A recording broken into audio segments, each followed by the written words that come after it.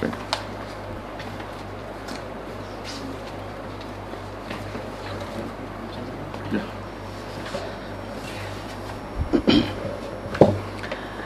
afternoon, all. So before I proceed, I look around the hall. The whole discussion is going to be around Gen Z. So quick show of hands. How many are Gen Z here? Come on, Chini, you are not Gen Z. I am not asking one upon Z, Gen Z. Okay, yeah, great. But irrespective of which generation we belong to, this is a topic that I'm sure resonate with all of us. I'll pause here for a moment because apart from the topic, this is our first collaboration with Employers Federation of South India. I came to this place for the first time at the invitation of Raghav. This was about 2 months ago, and came to know about the wonderful work they have done. It's a body that about 100 years old, right? So can we all put our hands together for EFSI? And all of this work is happening because of some truly great professionals at the helm of affairs. So I'll pause now and request the president of EFSI, Ramchandra Rao sir, to come and say a few words. Sir.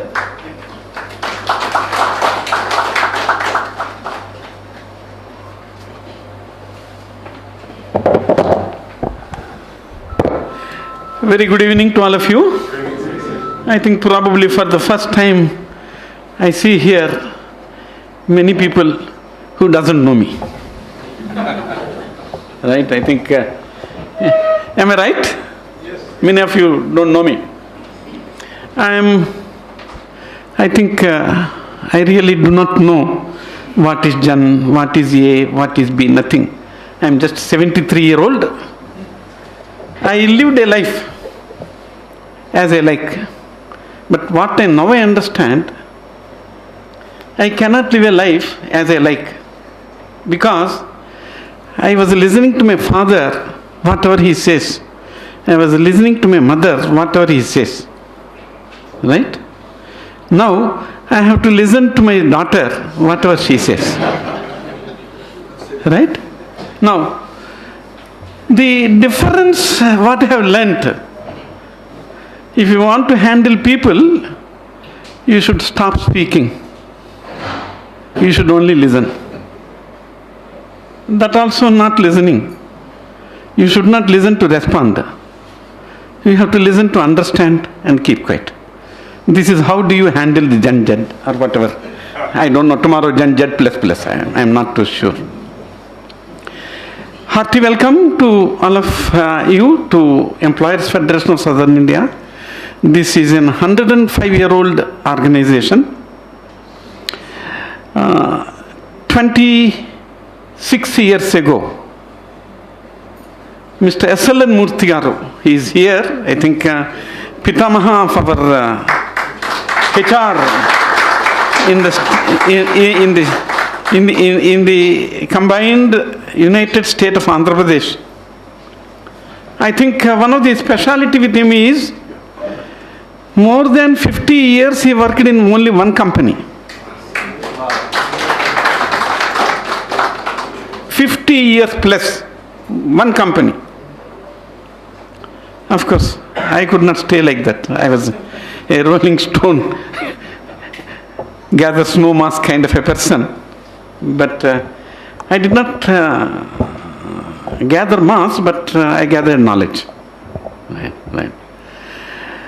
Well, I think this is an opportunity for me at least to understand how do we handle this kind of people who promise you that they will come, they don't come, who promise you they do, they don't do, what they don't promise you, they will do. Therefore, this is a very typical situation. I think all of us probably we may have to relearn ourselves.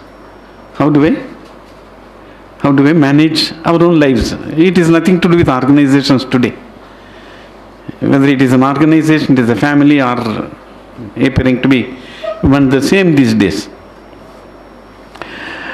It is a great opportunity for all of us. Let us enjoy this session. We have great speakers. I think to get these four panelists, probably I need to struggle at least 1 year. All 5 of them are like that. I think I had an opportunity to listen to Rajosh ji. Of course, Srini is my good friend, and it is very difficult to get him. Always he is busy. Only answers on a message, no calls. And I have not met Mr. Sachin. Now I have got an opportunity to meet them. And I did not meet the Madam Poonam Jindal. We know Jindal group. Probably we will align you with the group. And of course I met the other in my office. I spent some time. I could not understand whatever he told me because I am not a judge. But what I have understood is there is something that I need to learn. Right? And with these few words, I welcome all of you. It is our privilege for EFSI to host such an event. I thank the author and the panelists for really making this premises great. Thank you to one and all. Enjoy this session. Thank you very much.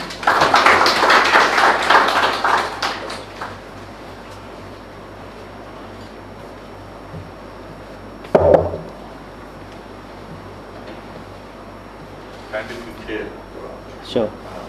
Thank you so much, sir. Thank you. Yes, of course, I had the privilege of meeting you recently. But since meeting you, so many people have shared so many good things about you. And it's so humbling that, at this stage in your career, you are so open to learning, with wherever it is available. Sir, I wish at your age, I am as energetic and as open, as I find you. Thank you, sir. All the people in the room, we will not let you sit peacefully. I am assuring you that you will do as much work as the people who will be here, and we'll start that with a quiz, right? So apart from people like Rajarshi, Poonam, who have dealt with this subject in some detail, I am sure this topic you would have come across somewhere, right? Maybe not at that level of depth. You have people in your team who are from Gen Z. Many of you are parents to Gen Z kids. So can I expect some reasonable familiarity with the topic, Gen Z? So let me test it out. Yeah? And I have some nice chocolates to give out to people who know the answer. Yeah? My only rule is just raise your hand, don't shout. If you shout, I get the chocolate. Yeah? Okay. Let's get into this. Controversial first question. So, my question is for both the starting and the ending years. Just raise your hand.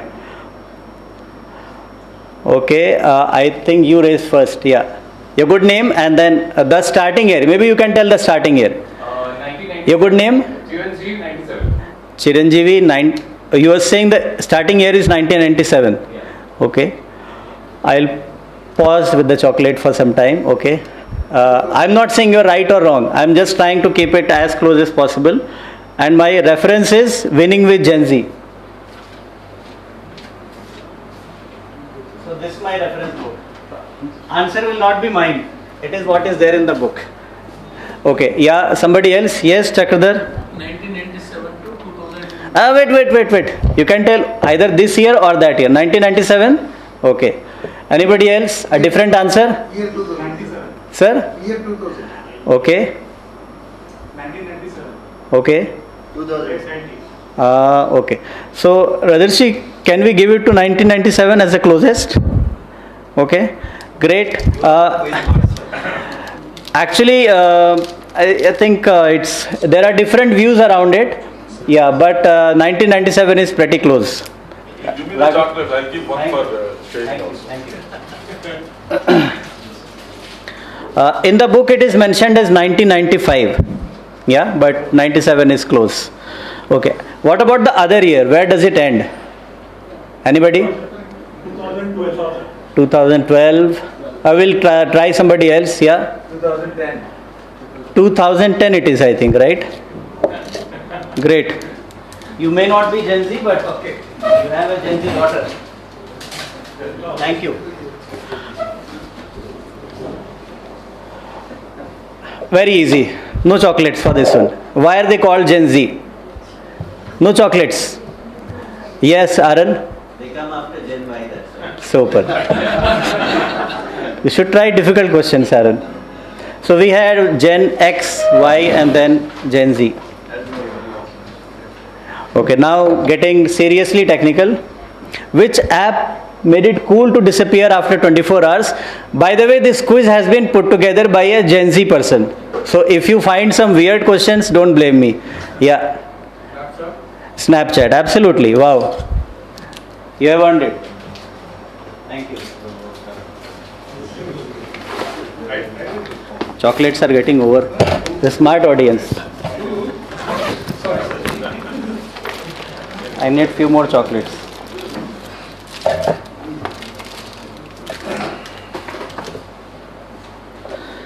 Okay, let's see few more. Yeah, easy again. We are getting easy, difficult, easy, difficult. Social network of choice. By the way, like I don't know what is this and this. I know this and that.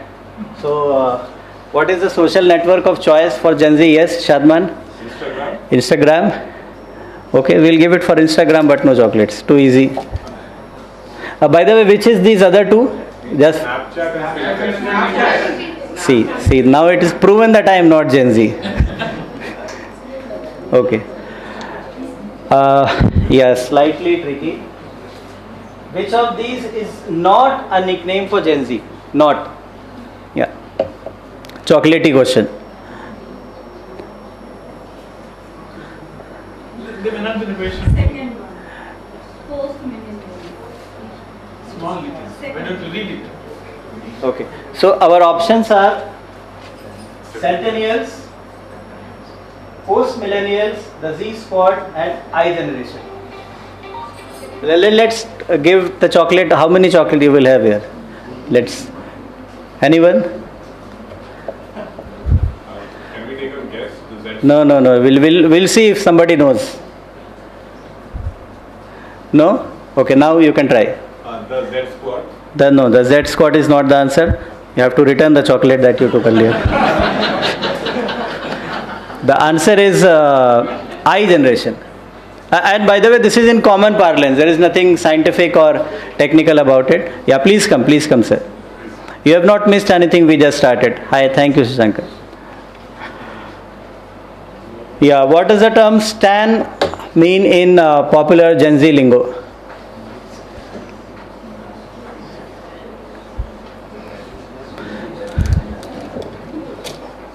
Yeah, Ashita, you want to try? Like we are fan or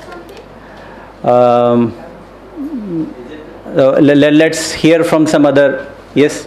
The mug to drink Stanley. No. That's a bad guess. Okay. The answer that I have says it is I. I don't know. I.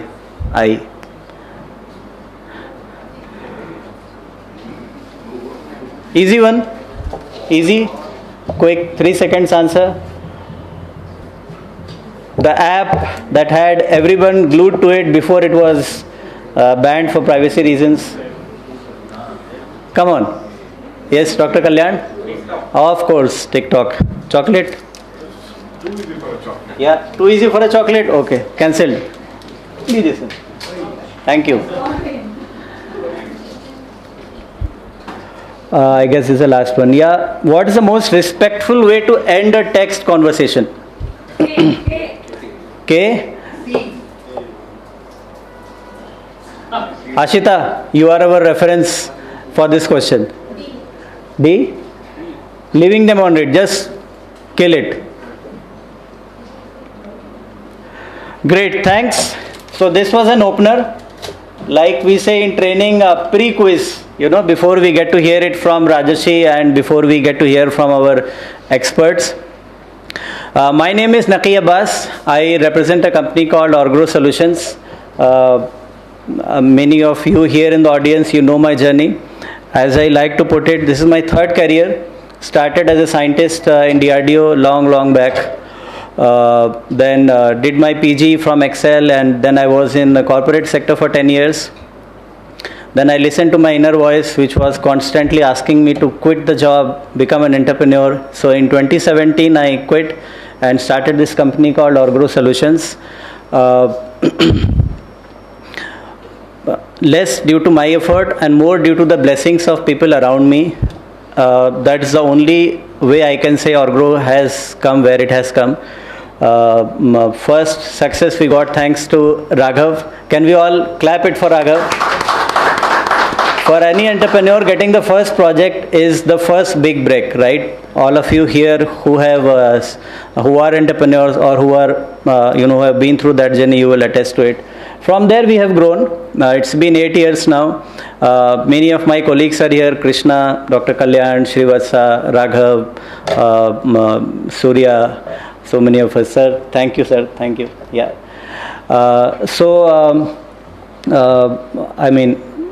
We will get opportunity to talk more about Orgro. But I just want to say a big thanks to all our clients, to all our consultants who have believed in us, to my team, all of that. Thanks a lot. Thank you. Okay, very quickly about how this program happened. I was initially a bit surprised when we started getting a lot of inquiries for communication skills program, right?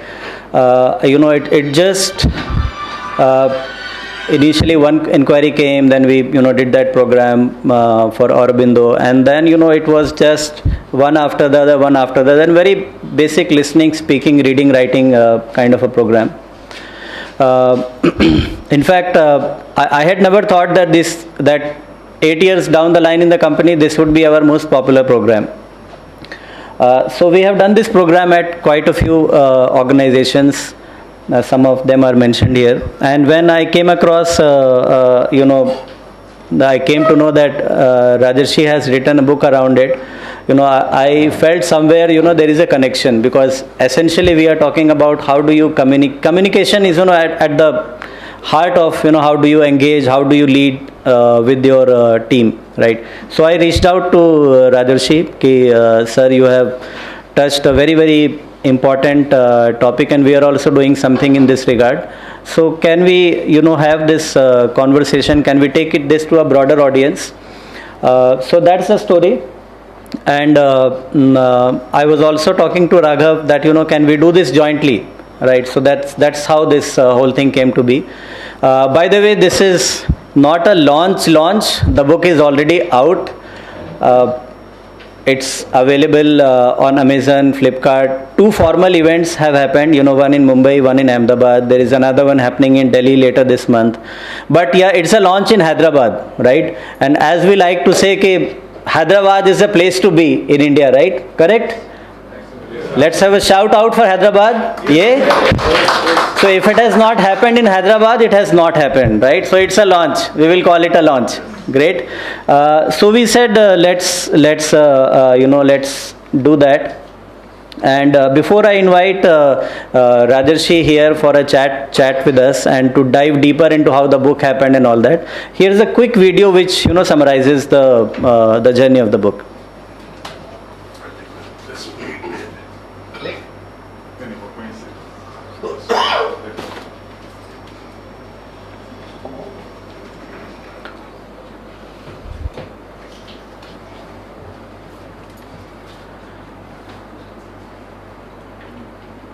Can we go back and play that? We can do that. Which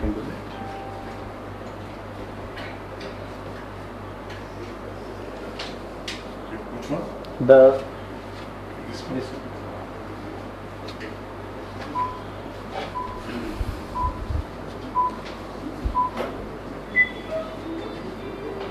The real voyage of this consists. Volume bit louder, yeah. The workplace is evolving, shaped by new perspectives and fresh ideas. At the heart of this transformation is Gen Z, a generation redefining how we think about work, purpose, and leadership. They're curious, driven, and passionate about making a difference. But as they enter the workforce, leaders are faced with a new challenge. How do we engage and retain this dynamic generation? Working closely with people, I have seen organizations struggle to connect with Gen Z. The questions kept surfacing. How do we understand their motivations? And how do we create an environment where they truly thrive? This book was born out of a quest to find those answers. It's about translating research and real-world insights into practical strategies, helping leaders build bridges between generations.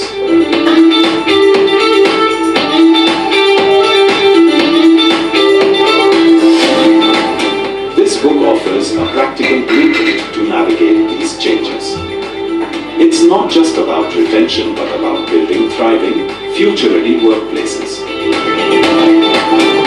I want my work to have a purpose. So learning on the go is a part of who I am. Flexibility means skills. Productivity without purpose could be. I'll go the extra mile when the road is working. I want working time, not burnout. I want flexibility, not a 9 to 5 grind. These voices echo a deeper message. When organizations listen and adapt, they don't just retain talent, they build a culture that resonates with everyone. This book isn't just for HR leaders or managers. It's for anyone who believes in creating a workplace where every generation feels valued. Let's not just adapt to change, let's lead it. Winning with Gen Z, the engagement and retention blueprint at work.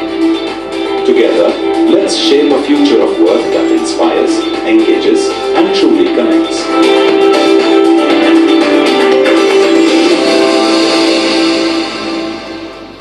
Thank you.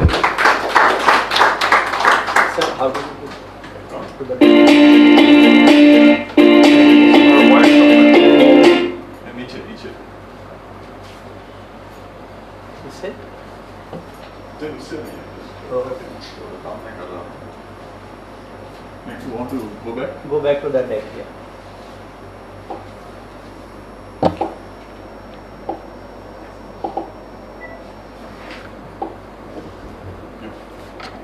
Yes, yes. I'll.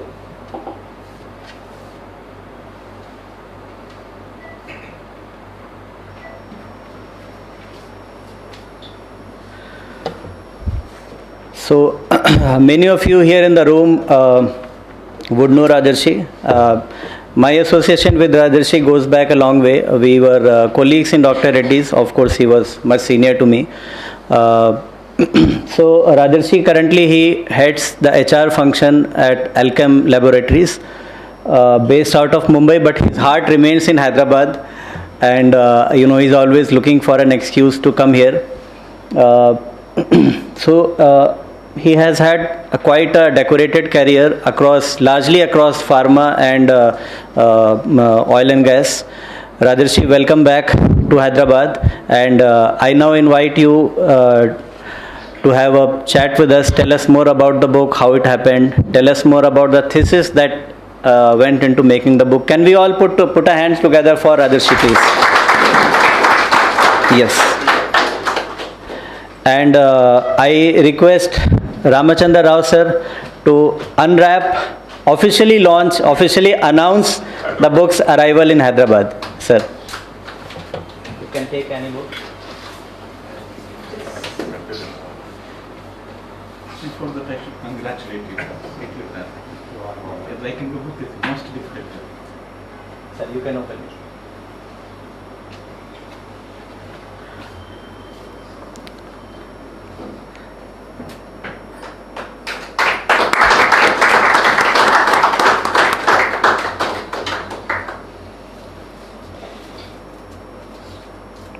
How many authors in the house? I know, Shini. Now you should raise hand and you are not raising hand. Of course, Ramachandra Rao sir, Rajarshi.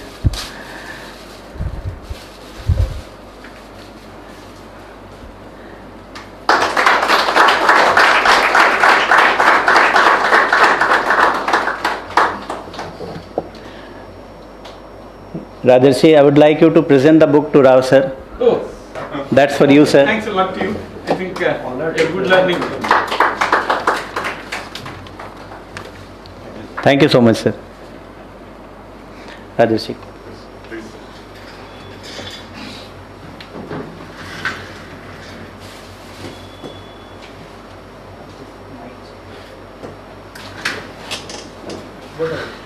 Other branches?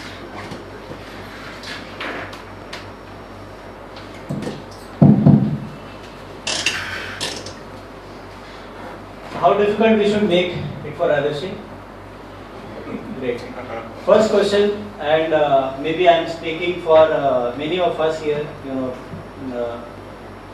Doctorate is something that many HR professionals, many non-HR professionals, we aspire to, right, at some stage in our career. So my first question to you, Rajarshi, is how did you choose this topic?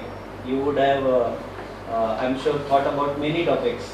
So why this topic interested you for your doctorate? Okay, so first of all, thank you for inviting and thanks to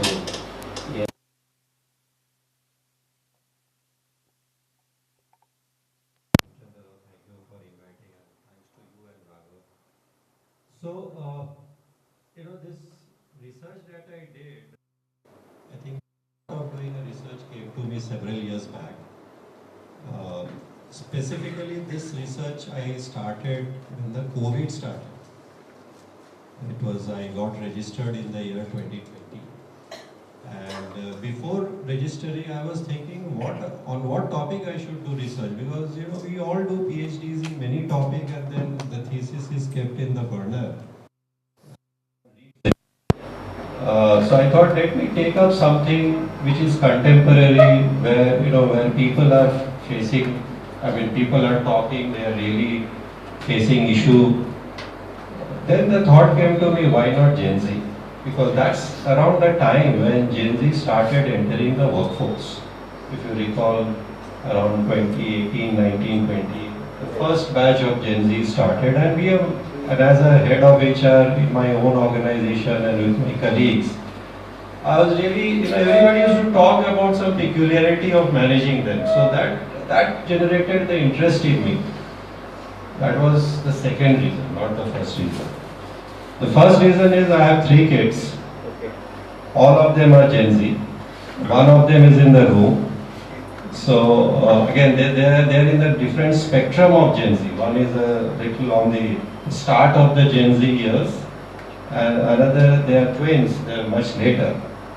So obviously with 3 Gen Zs at home, you can understand.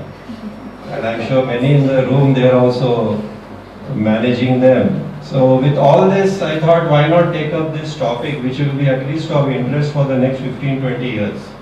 Otherwise, there were a lot of academic topics I could have chosen and completed the thesis.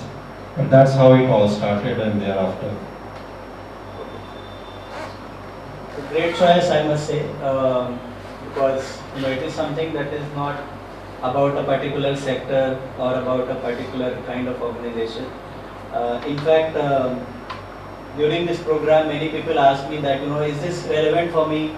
Should I come? I said, of course it is relevant for you. It's relevant for everyone, right? So great, Rajarshi. Now, out of personal curiosity, and this is not just about Gen Z, but yeah, the question is particularly about Gen Z. And we had a quiz question as well. How do we define the boundaries? What is so particular about 1996 or 7 that we say, okay, now one generation has ended and the another generation has started? And similarly, what is so unique about 2010 that we say, okay, now it is time for Gen Alpha? How does that happen? So, in the initial years, these generational boundaries were a little blurred. One studied generation, but I think over a period of time, people started giving a boundary to it. In fact, the latest generation is generation beta. Yes. They were born on 1st January 2025. So they are just 9 months old. So this generation we will study later. Maybe our kids will do research on them. So your question is right. I mean, there are different. I mean, some say it's 94 born, some say 95, some say. So the range of Gen Zs are from 94 to 97. If you quote different research, they will be different. But for my purpose of research, I chose 95 because that was the most quoted. Even McKinsey and all, they quoted 95. So I said, let's cut all this, let's take 95. So, and as you rightly said in your quiz, sometimes the boundaries ends at 2012. But majority is 2010. So 95 to 2010 is when I, in my own PhD, I went through several literature. This was the most preferred one, so I stuck with that.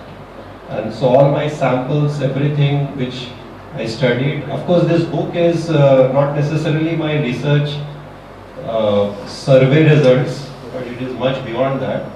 But the definition was 95 to 2010. So let's get a bit deeper into the topic. So of course, I mean, the primary reason why all of us are here is, what can we do about this at our workplace? And you have mentioned many cases about organizations which have already, putting it on the agenda. So for the benefit of our audience, maybe one or two examples you can share, Indian organizations or from abroad, and what are they doing about it to engage the Gen Z? Yeah. So see, just I'll go back to your question why I studied this. Of course, beyond studying this generation, the main theme of the study was retention of Gen Z. If you look at even today, every other day, you will find that there is a huge amount of attrition among Gen Z. Not that other generation there is not, but it's very high there. Just a couple of years back, LinkedIn survey said almost the attrition is as high as 70%. So that's the reason also I studied this thing, and the whole theme was what can we do to improve their engagement so that companies can retain them better. So if I look at the sample that I had taken, there were about more than 1400 Gen Z working executives that I chose, and they were in more than 100 companies, cutting across about 20 industries. And it was of course in India. And they were from more than 300 towns and cities. So it was across northeast, west, south.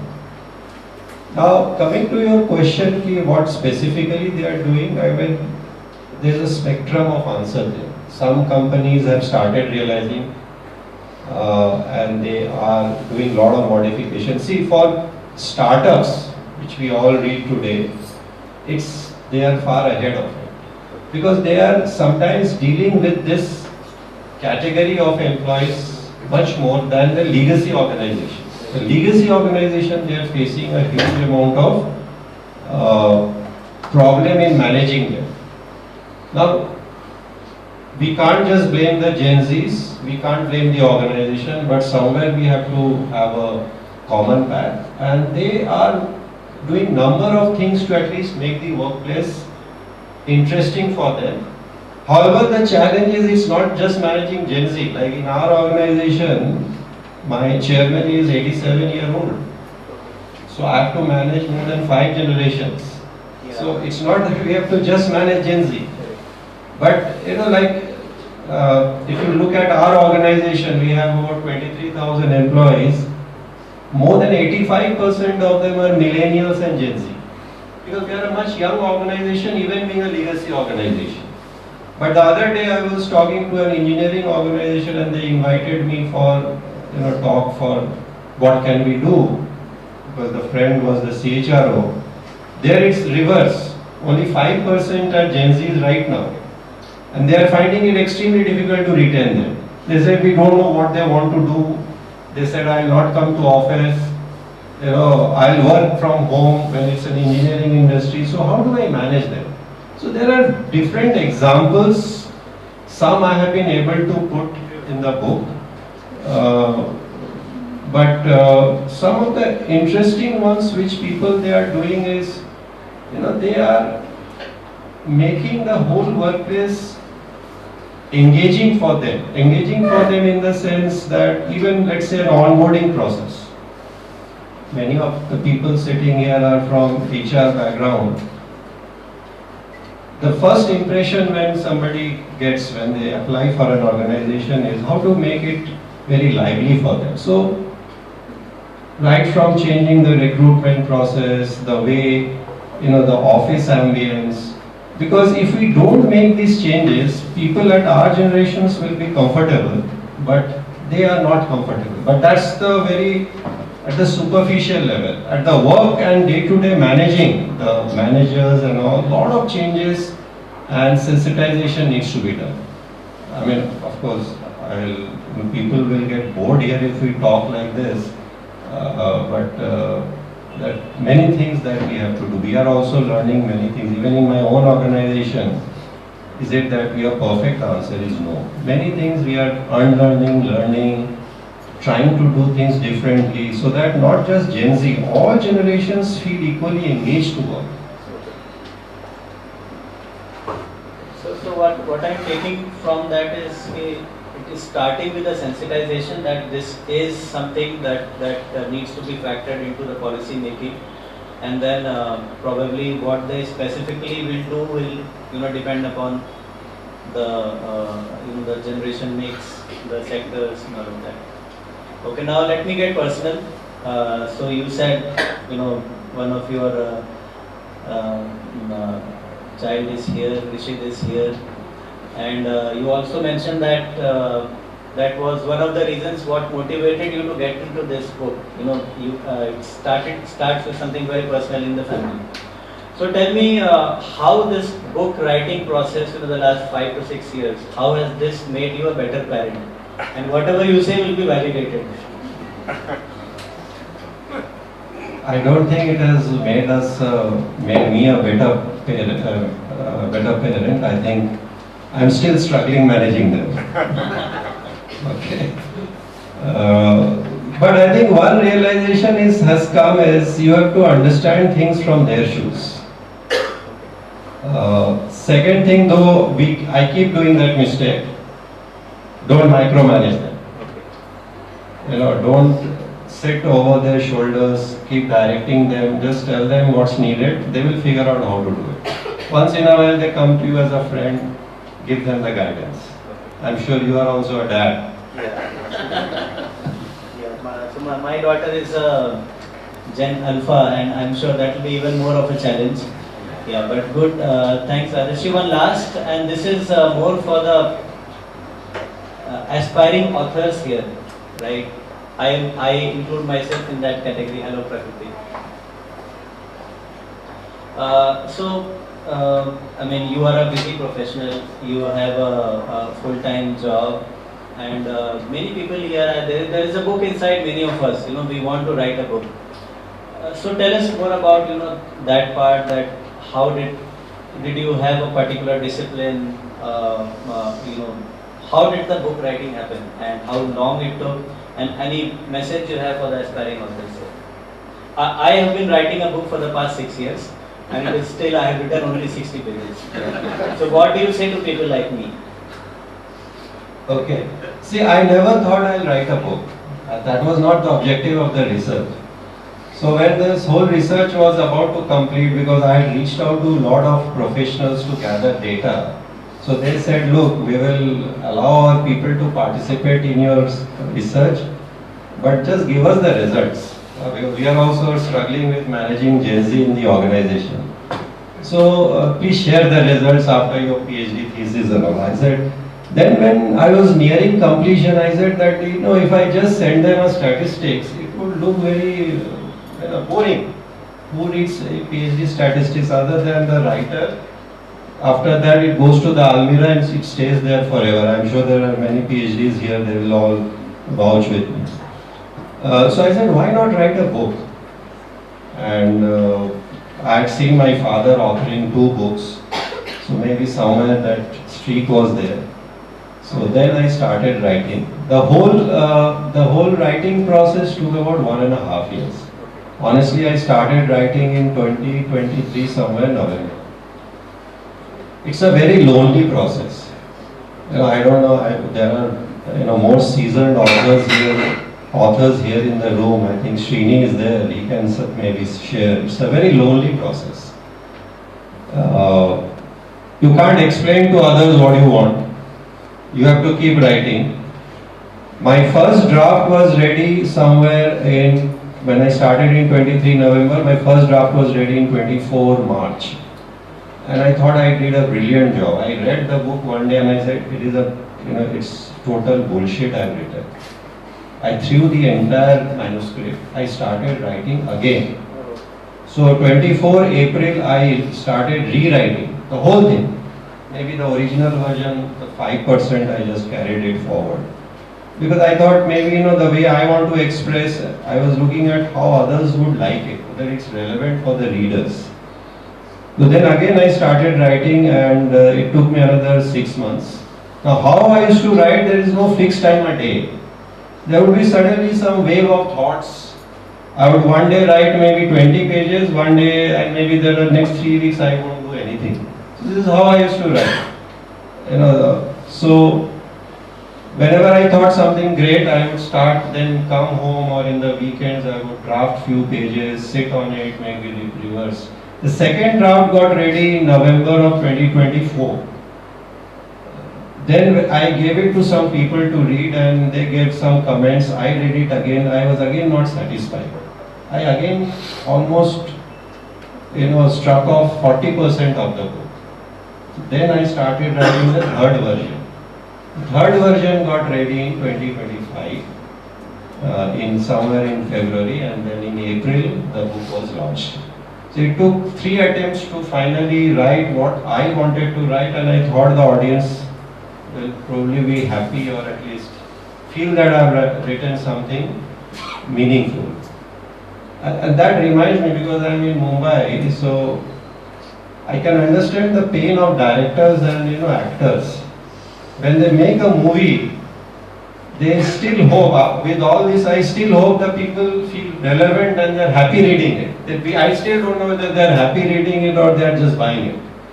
But you go through this dilemma again and again, and somewhere you have to stop. If I read the book again, I will make 20 changes, but I don't want to do that. Great, Rajarshi. So, while we will have a section on Q&A in the following format as well, but maybe 1 or 2 questions if anybody has for Rajarshi. Or you can tell me I have done a great job. Yeah, over there, sure. So I just wanted to understand, since most of the organizations have, say, roughly 80% having a millennial plus Gen Z population, is there any overlap in terms of retention strategies, what you observe in your luminous 3 decades of career? Is there things which are common? See, something which I have seen very common is, the communication part. How do you keep people engaged with the communication? In my role we get these cases. Even I have seen, of course, with certain generations it is much more. Like the other day, a very brilliant girl came to me. She was one of the hires in our organization. I know there's one person from Alchem sitting here. So she said, look, I want to quit because my manager expects me to work every day till he's around, which is late evening. I have already done my work. I can go home by 5:30. Why she wants me to wait till 7:38? So it's a communication breakdown, the expectations, the micromanagement. So the retention strategies, to answer your question, it will be slightly different for different, but communication is very important. And the second is the respect that you are giving. Even to a Gen Z, if you don't give respect means what they value. I may value something different, my son may value something different. If we are not able to give, they will not work with us. So it is easier said than done. Therefore, as the senior management or the managers or the HR team of the organization, how do you kind of sensitize this across the organization? With Generation Z, it's another thing which we have seen, and that you'll see if you read the book, is unless they find the work purposeful. Like see, when I was recruited, this is my 31st year of my career, I never asked my first company what will be my job or job description. They recruited me and I was very happy that I got a job. I never asked the salary also. I used to get 3,000 rupees per month. But in today's generation, you cannot have these conversations. First of all, even if you recruit from B schools, you have to first make them clear about what is expected out of them, what they are going to do, and then you talk about the financial. For them, financial is not as important. Surprisingly, this is something that I found out, though it is important for them, but compensation is not the driving factor for this generation. Why? Any guesses?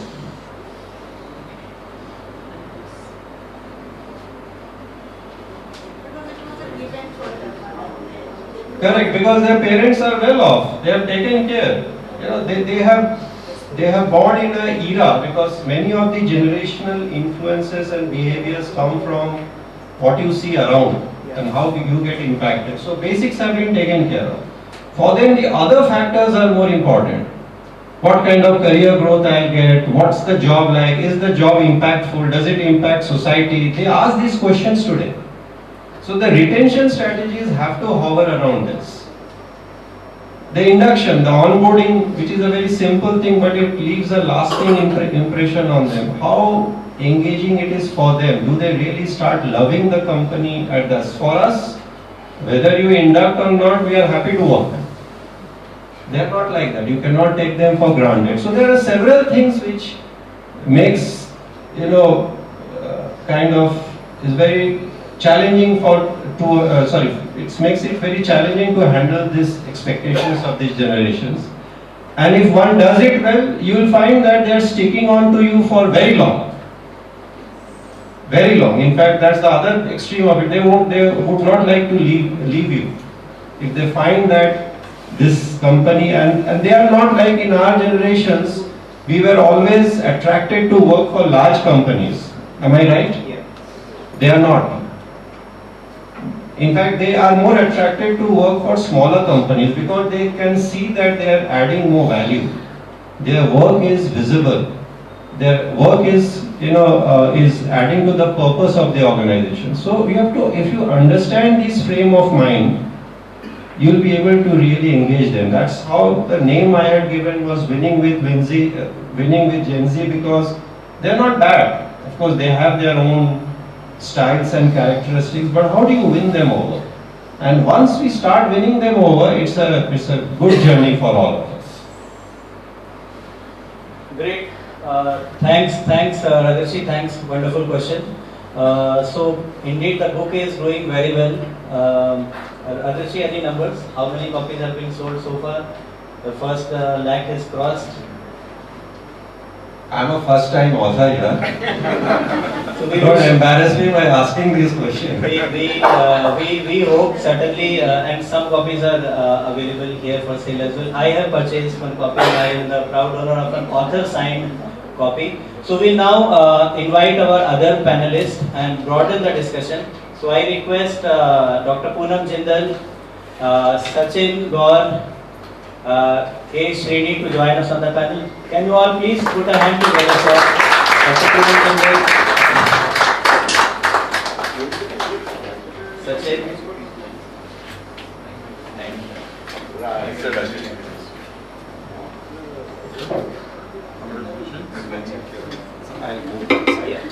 I'll come here.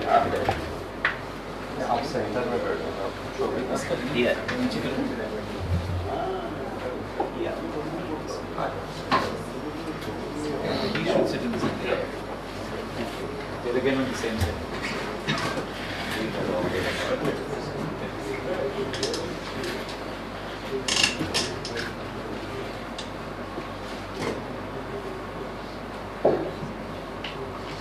So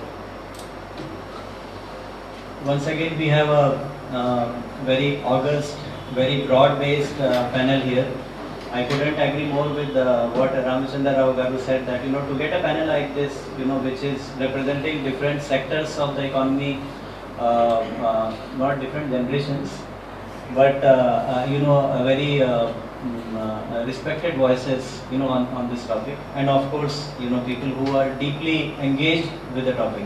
So let me give a quick intro. I mean, many of you know them, but I have to do my job as a moderator, so let me do that.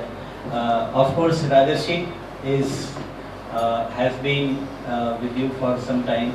Sachin comes from Dr. Reddy's Labs.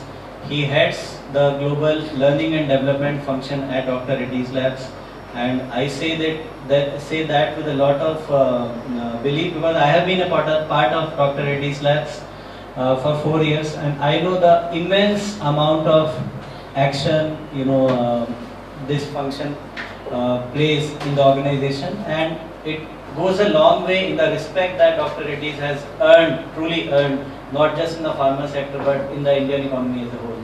Sachin, thanks a lot for joining. I have heard you on multiple platforms. I have written it over here that he is one of the voices for the L&D profession, and many of us in HR, we keep on skipping roles. आज HR BP कर रहे हैं, कल को talent acquisition कर रहे हैं, फिर हम कुछ और कर रहे हैं. But I was very surprised, pleasantly surprised that Sachin has been in the learning and development domain throughout. So very deeply connected with the profession, and so nice to have you here, and looking forward to hear from you. We also have Dr. Poonam Jindal from Lloyd's Technology Center. And she brings a unique perspective, as in she has spent about half of her career in academia, as a part of Vignan Jyoti Institute of Management, and then she decided, okay, ho gaya academics, now let me go to the other side of the table and be a part of the corporate.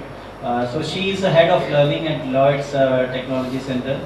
Of particular importance is, when we were planning this program, so Rajarshi said that there are other people who are doing deep work in this area, and she is one of them. So thank you, Poonam, for being with us here, and definitely looking forward to you to give us some fresh insights. I mean, Rajarshi has looked at the issue from one perspective, and we look forward to hearing from you. And of course, no event in Hyderabad is complete without Shini. And I think if I were to just take a vote, Shini would hands down be the most popular person in the room. He wears so many hats, and I'm not saying this lightly. He does all that he's doing with a lot of depth. So he's an entrepreneur, and he has been running an organization for about 2 decades now, the strategist. And he has been doing philanthropy very actively, not just for the sake of it. So he runs an organization called Food for Thought, and their purpose is to establish libraries in places where usually access to books is not so easy. So for example, they have a mission to establish a library in prisons, and it's doing so well. And of course, he's a consultant, very respected voice on HR. He has also turned to spiritualism, Ramayana, right? So, so many hats. I wonder how do you manage it all. So, welcome to this discussion. And we have about 25 minutes. And since this is such a vast topic and such a deep topic and something with which all of us connect. So I thought, let me not try to, cover everything, just scratching the surface. Let me take 2 themes and dive deeply into that. And I assure you, the audience, that we will have space for, a Q&A towards the end. So the 2 themes which I have picked, one is engagement, right? And the second is intergenerational collaboration, because all said and done, it's a reality that organizations do have multiple generations at workplace, right? And So how do we make them work together? So let me start with you, Poonam. Let me start with something a bit personal. So how does this issue resonate with you? I mean, can you tell us something which brought alive this whole conversation for you? Thank you, Abbas. So how it resonates with me is similar to many others. I have a daughter of 19 years old, so definitely have one at home. But otherwise, all of us are working with them at workplace. As you were talking about my work in the field, I think in 2019 I published last paper, and that was on Gen Y. So now you can understand how fast things are changing, right? But if we talk about the generation, all of us are living with them. But in my opinion, who they are, I think they are human beings. They are like any other generation. How many people sitting in the room have not heard in their generation gap, right? Their parents told them that it's a generation gap. We used to do like this, oh you guys do like this, right? Who has not heard this? All of us have heard. But what I think Rajoshi was just talking about, that what we become because of our environment. So we are all product of our environment. What we got in those days, we were just trying to be that, but what this generation is getting in this age, they are trying to be that. If they are very social media savvy, because they have social media platforms, we didn't have that. Whatever we had, we were trying to be that at that time, right? So more than generation, and maybe it may look a very different perspective altogether, but more than generation, everybody is being what they have around them.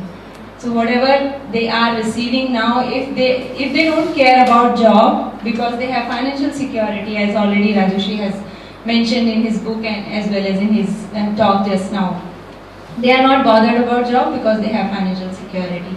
They are more, they want more flexibility because they are not as insecure as we were. We were thinking about job more. We were more concerned about our 9-to-5 job because that was our earning. We needed to earn, but they don't need to think about that. That's why they're able to think differently. They have more flexibility. They have more freedom in thoughts.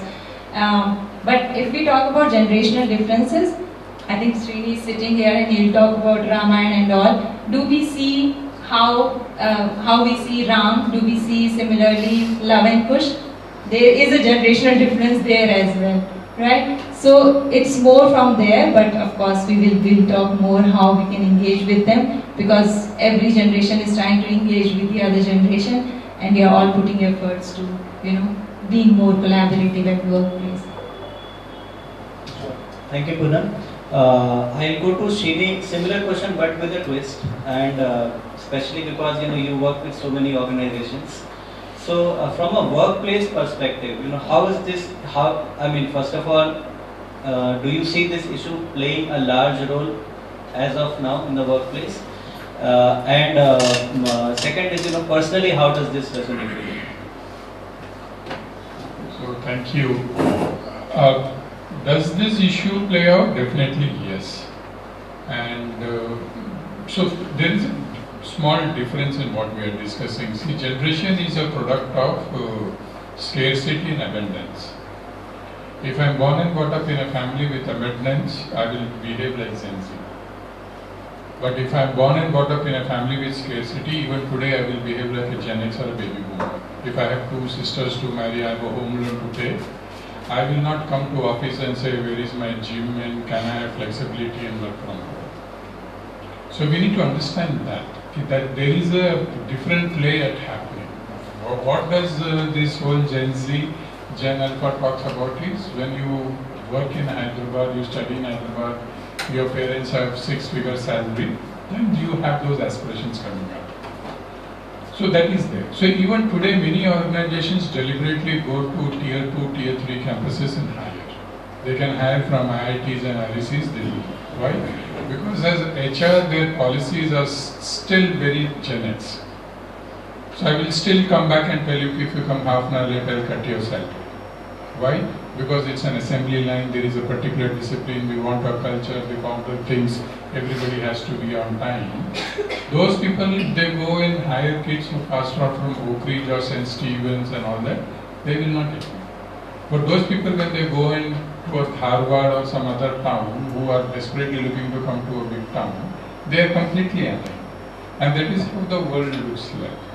So first and foremost is we need to understand, when you are hiring people, you need to be extremely clear. As an organization, you want to be Gen Z, or you as an organization, you don't want to be Gen Z.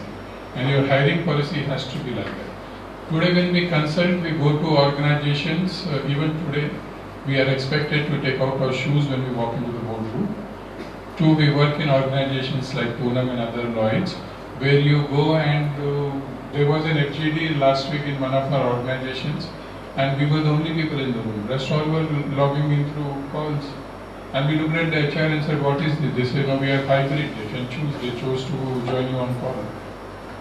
So both worlds exist, and we should be aware of that, and we should be sensitive of that. The challenge is, when I look at a Google and say I want to be a Google, but my HR policies are still stuck in 50s and 60s, where I say I will cut your salary, you are expected to do this, you are expected to do that. Like, it is very simple. You look at Infosys. Till Vikas didn't come up, there used to be a fine if you wear a sleeveless blouse for a lady and if you don't wear a tie. That was as recently as 10-12 years back. So it is not that from outside when you look it looks very thin, but that. What Rajashri and others are bringing up to the table is the proportion of these people with aspirations is growing rapidly. And if we as organizations are not ready for it, then we are in trouble. And that is what Rajashri is highlighting it very clearly. The rapid change is very high today. Why? Because now today when I go and recruit a kid from Harvard, in 3 months, 6 months, when he is with all the other kids who are Gen Z, he is also becoming Gen Z. He is also wearing a pants which is torn. He is also having a Snapchat on his phone. He also starts using the lingo. Previously the transition time was very late. So previously when I used to hire people from tier 2 city, I know it will take 2-3 years, tab tak naya batch aa jaya. Today it is 3 months, 6 months, these kids are all becoming Gen Z. And that is where we have to. What is so great or what is so good or what is so bad about Gen Z? Like Poonam said, nothing. It's simple the same thing. If you go back to Ramayana, if you listen to the conversation between Ravan and Angad, it is a typical generation gap conversation. Where Ravan thinks this brat is from the new generation, completely arrogant, has no clue what he is talking. And Angad is very clearly telling Ravan, please make space for me, I have a right. I think fast forward 14,000 years, according to Lay show, it was happened 14,000 years back. Fast forward to 14,000 years back also, it is there. Challenge is what? Challenge is this. Challenge is with us. Because when I started my career in '93 in industrial relations in Videocon, I was simply told by manager, Uday Durapurkar was the manager then, and he told me very simply, Baba सिर नीचे रख के 20 साल काम कर, तेरा time आएगा, जब तेरा टाइम आएगा तेरे को जो करना है. So for 20 years I went every day to the office putting my head down saying कि मेरा टाइम आएगा. After 20 years suddenly this Gen Z comes and says, boss अभी हमारा time. Right? This is the same syndrome which we all had when we used to play gully cricket in summers when we were in children. Batting किसको मिलेगा? जिसका bat होगा. Right? So for example, Ramchandra Rao is the person with the bat. He would come and say, मेरा bat है तो मेरा batting. I bowled 6 overs continuously in that summer. It was 1 o'clock, his mom called up and said, come up, it's lunch time. What happened? He took the bat, went. Today managers like me feel that. Now is my time to define what the organization will look like, what the policies will look like, what the culture will look like. And here is a generation of Angad which is coming and say, please make space, we are here. And that is why you find this heightened tension between the generations. Otherwise, every generation was making space for the other generation. Today the challenge is when it's my time to make the define it, my kids are coming and say, "Oh, it's our time." And that is where we need to fix it. We need, as organizations, we need to take a call. Okay, how do you ensure that the generation which has been there with you for 20 years plus, you don't negate them? At the same time, you give this opportunity to this bunch of restless guys who are walking in and saying, we want to create space. And I think that is where the answer lies. Thank you, Shini. So, you have brought a whole new perspective. It's not black and white, a cohort, the bond between, such and such years. It's a lot to do with the upbringing, the ecosystem, and one could be a Gen X or Gen Y or Gen Z, depending upon, how that played out for that particular person. So with that, I'll go to Sachin. Of course, I'll request you to share how does this issue resonate with you, and more particularly, to respond to what Shini has brought in. That is it? Do you see these as an absolute, or do you kind of tend to go with what Shini is saying that no, it's a play of many factors? So I think a couple of things, and really I can't agree with you more. Right? I think, and this is also a commentary about our own ability to look beyond the obvious. If you think of it, the general sense is that as GDP goes beyond $2,500, you see radical shift in quality of life inside the country. And I think that's what we are seeing. A classical example of this is whenever you're traveling at the airport, you can no longer figure out the socio-economic strata that the other person belongs to by virtue of looking at what they're wearing. That differentiation is completely gone. It's out of the window. You can't figure it out at all. So very recently, I was taking about 11 members of my family, 4 generations. So my grandmother, myself, my son, my parents, and my uncles and aunts and everything else. We were going to Ayodhya, and Lucknow to Ayodhya is about 3.5 hours if you were to give or take for speed. Those 3.5 hours were the most difficult time of my life because I felt like either getting off the bus or asking other people to get off the bus. That was the realization of the generational gap, right? So it's real. It's absolutely real. But I think it's important to understand that what happens with generations is that what is happening around us, especially in the formative, the development years that we are, that we all have had, what happens around us in some ways shapes who we become. Our values, our behaviors, our beliefs. And it is this classification in some shape and form that is what a generation is.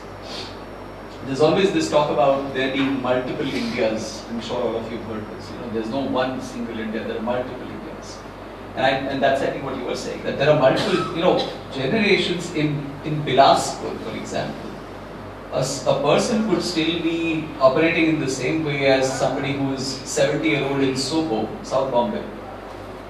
In South Bombay, in a tier 2 or tier 3 cities. So again, the idea is that generations are not just by virtue of when you are born, it's also a function of where you were born, what exactly did you go through, all of that. Money being a very important determinant, right? Because money creates experiences, experiences shape your values and beliefs. So where you come from, what exactly have you had access to, makes you who you are. And that's true for all of us sitting here, all of us, in the room. I think it's an important thing to kind of go to consider. But I would go back to your point, which is the important thing to consider is the dichotomy that exists within the organization about what we aspire versus what we are or what we want to be. This dichotomy is what needs to be sorted out. If you have to minimize the friction between the generation coming in, you've got to go and sort this out. Evaluate where does that dichotomy exist. In HR policies, very, very interestingly. But that dichotomy exists everywhere. If I'm a manager and I had to go ahead and literally work for 5 years before I was given my first team, my expectation is that the person in my team will work for me for 5 years before he or she gets their first team. And interestingly, this is not something that we are facing, and I was thinking about this. There's a very interesting movie called Golmaal in Hindi, like the old one. This is Amol Palekar and Utpal Dutt. A classical example of generation gap. Not just generation gap in terms of covert gaps, overt gap in terms of lingo, in terms of dressing sense, everything. So it's not something that's unique to us. It's not. So I would go ahead and say that it's not something that is not known. We have all experienced it. We've all gone through it. I mean, how many times have you, and as all of us have been growing up, we've been talking about the same thing. We've experienced this gap between our parents and us. And I'm sure, I have a 14-year-old, I feel that gap every day. And the best way for me to manage that gap is stay out of the way. That's it. No advice and stay out of the way. But I would go and I would say this, that at the end of it, what really matters is inside an organization, identify where the friction areas are. Where exactly are the dichotomies? And solve for that. Ultimately, everybody wants to kind of go and get stuff done. Everybody has aspirations. Those things are there. In my space, for example, in learning, there's, again, as much as we talk about what are the expectations of Gen Z in other areas, in learning they have very specific expectations. Give me enterprise-grade experiences. I do not want your homegrown piece of software that you are using to deliver learning to me. Give me credit for all the learning that I've already done. Give me space to learn stuff that I want to learn. Give me a platform so that I can share what I have learned to other people. So those are some of the things that exist, and those are expectations, and they're also very vocal. So they're not going to go ahead and wait for somebody to come in and ask. Right. Great. So either I am doing a good job as a moderator, or you have because what we are seeing is good bandwidth of opinions about the issue. I would now like to move to the next stage where I think what we have agreed is there is an acknowledgement that there are multiple generations. Now we might have different views about it, but it's a fact that that's something that out there. So now let's move towards the solution part of it. That what do we do about it? And I am sure depending upon size, and you alluded to it when we were having our chat. So let's bring out few examples that we agree that there are multiple generations at workplace, there are different perspectives, people have come through different upbringing. So how are organizations responding to it? And maybe if you can share a few examples. Let me start with the SME here. Rajesh, if you would like to share a few examples. Intergenerational collaboration, making it work. Yeah, so see, this intergenerational issue, what Srini and all of them said, is very relevant. It is not just about the other generations managing Gen Z. Tomorrow it would be Gen Alpha, Gen Beta. It is about also sensitizing them about how they work with the other generation. So it's a two-pronged approach. We just cannot let glamorize them and say no, they are a special kid and therefore they have to be managed well. Though their proportion in the workforce is increasing day by day, but we have to sensitize them also that when you come to the organization, how do you respect or how do you understand the viewpoints.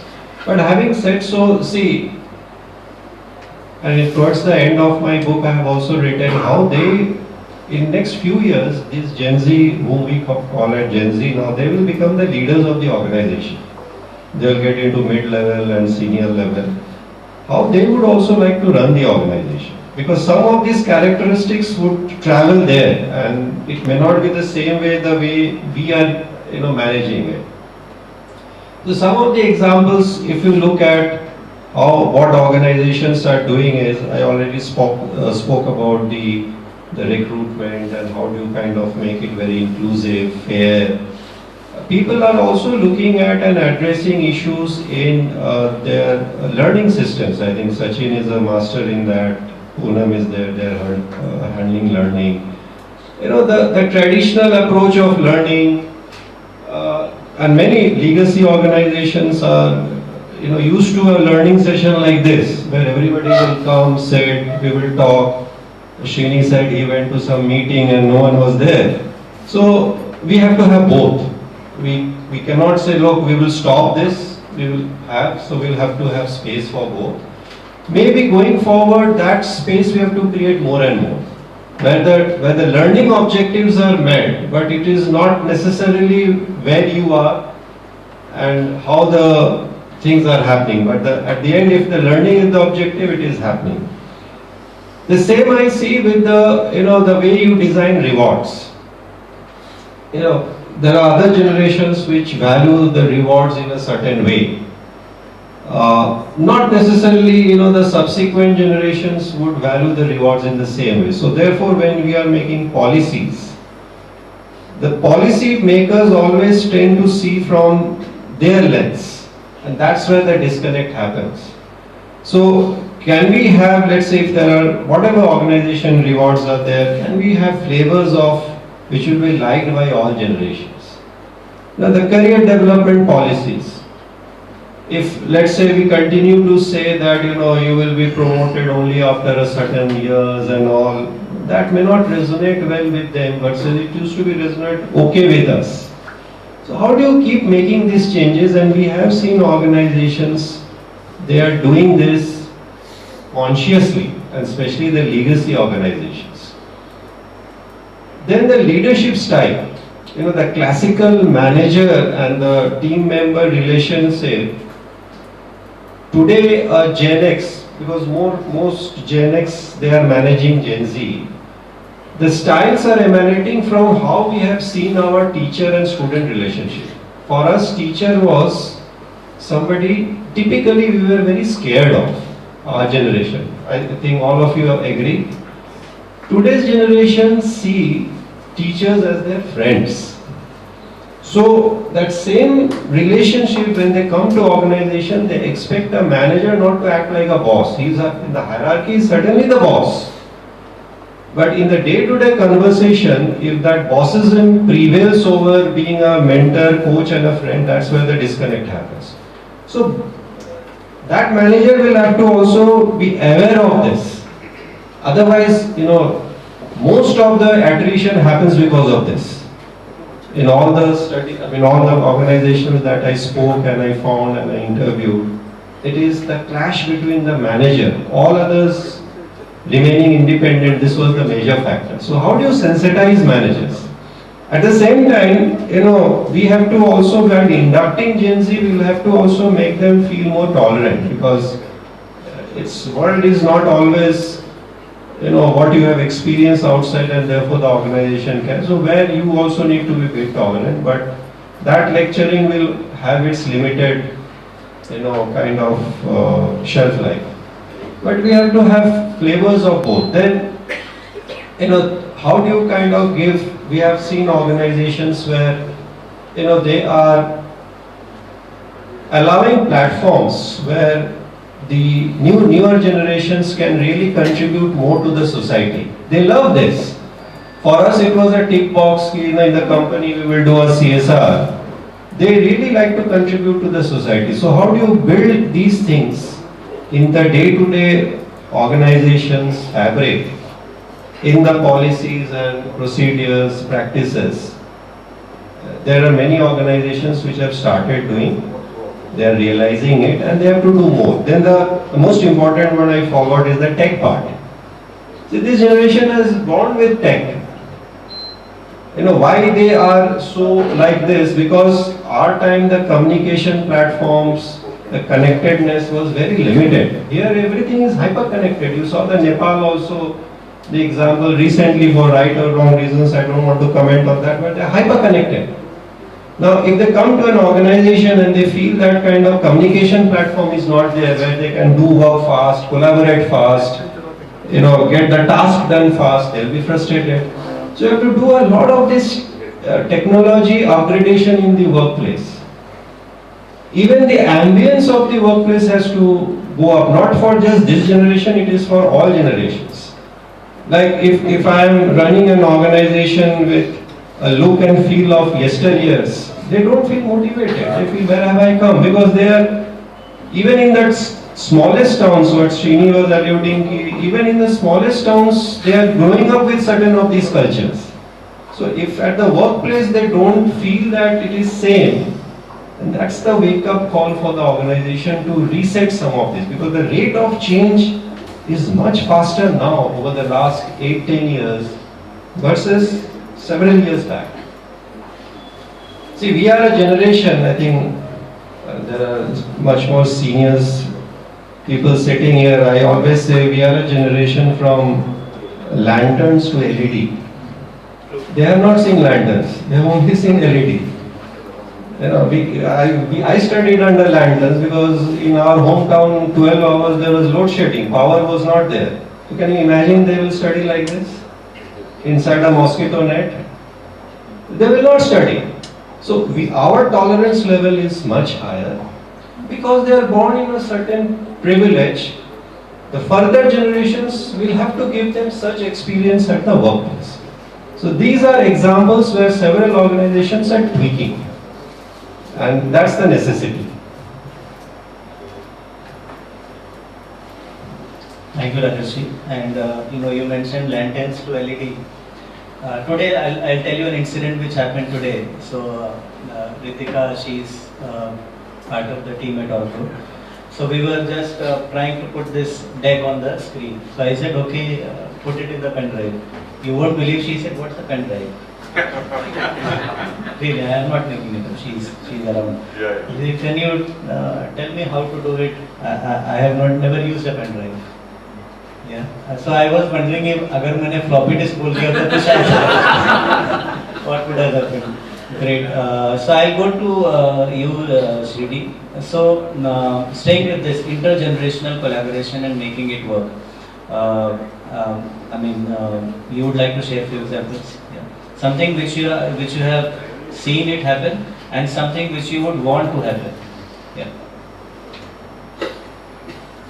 I think the only one thing that I always tell the CEOs and the managers is you are part of the problem. And why is that? Because as parents you have spoiled the children. Right? So I'll give you a small example. Now when we all take pride sending our children to some of these international schools. So in our times when we were growing up in Kendriya Vidyalaya, there would be one winner at the year who would get some kind of one samosa and one medal. Today's kids get stars even if they participate. Forget winning. So there is this small child who would have done something great in the school, whatever he did, his teacher would give him a star on his hand. Right? And this kid will proudly come and show to at home saying, Mama, I got a star. Now Mama is already going through a working mother's guilt.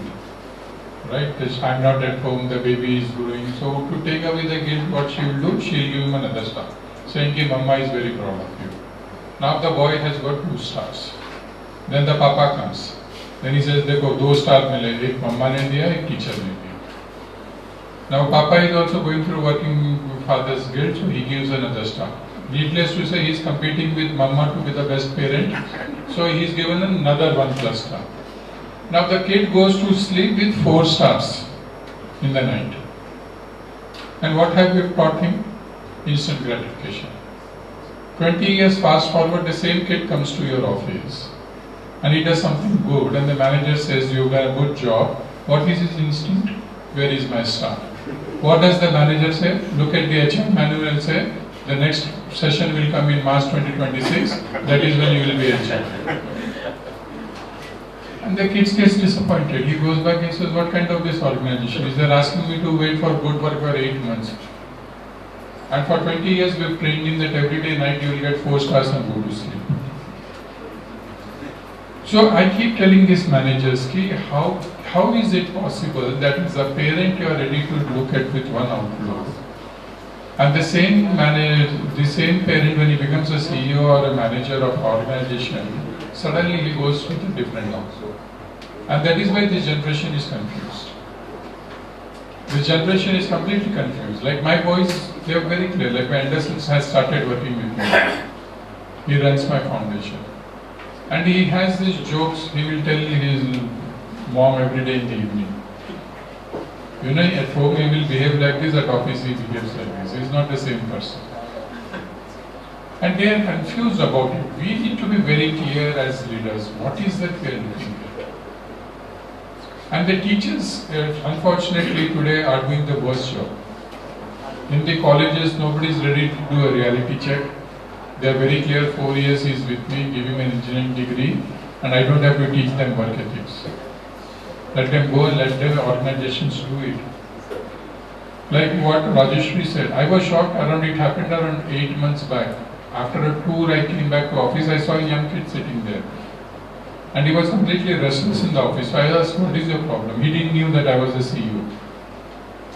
So he said, do you work here? I said, yes. Then he said, today is my first day and just now my manager is telling me that every day I have to come for 8 hours and sit and work. Is that so?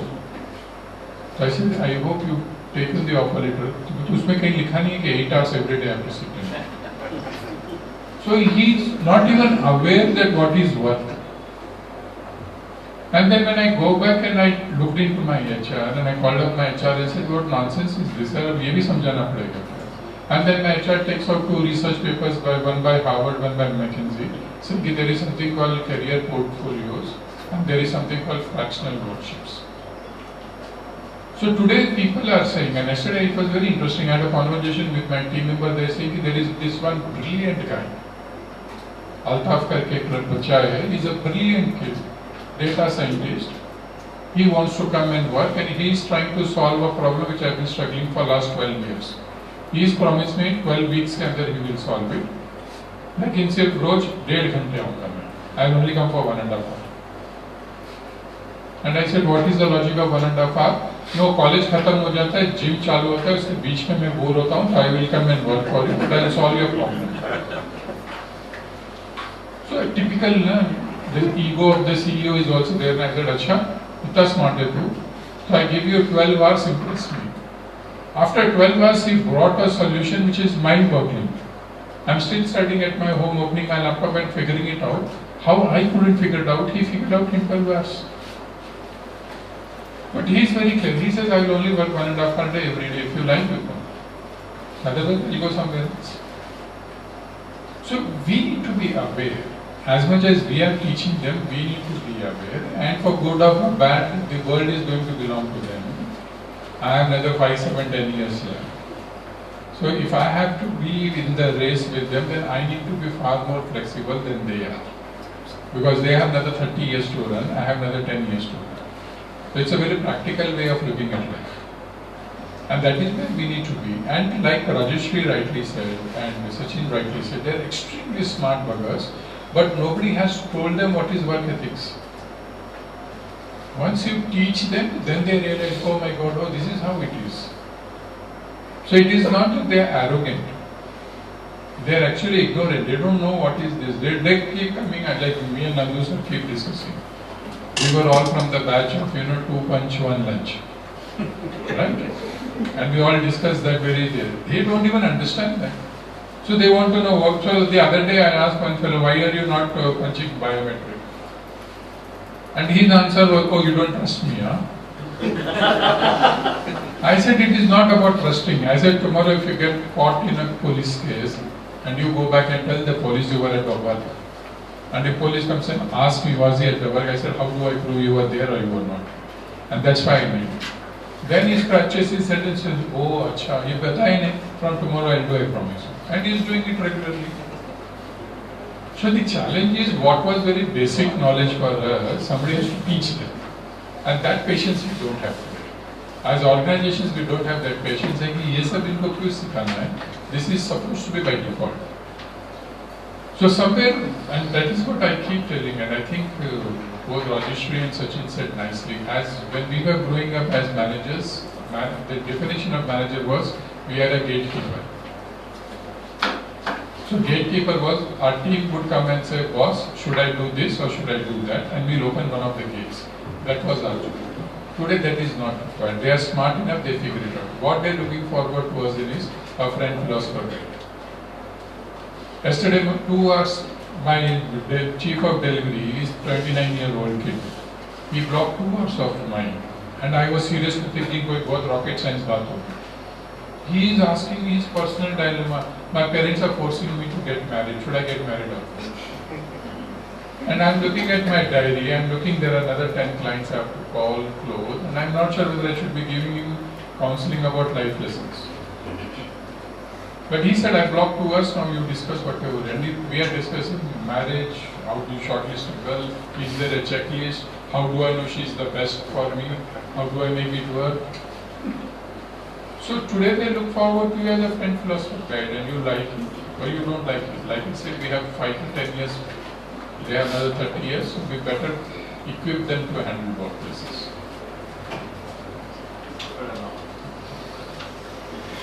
Thank you, Srini. It's always, listening to you, I get so in the zone that, so many great thoughts coming one after the other. So in the interest of time, I'll go to the audience and I'll request Sachin and Poonam to take the first couple of questions. So over to our learned audience. Yes.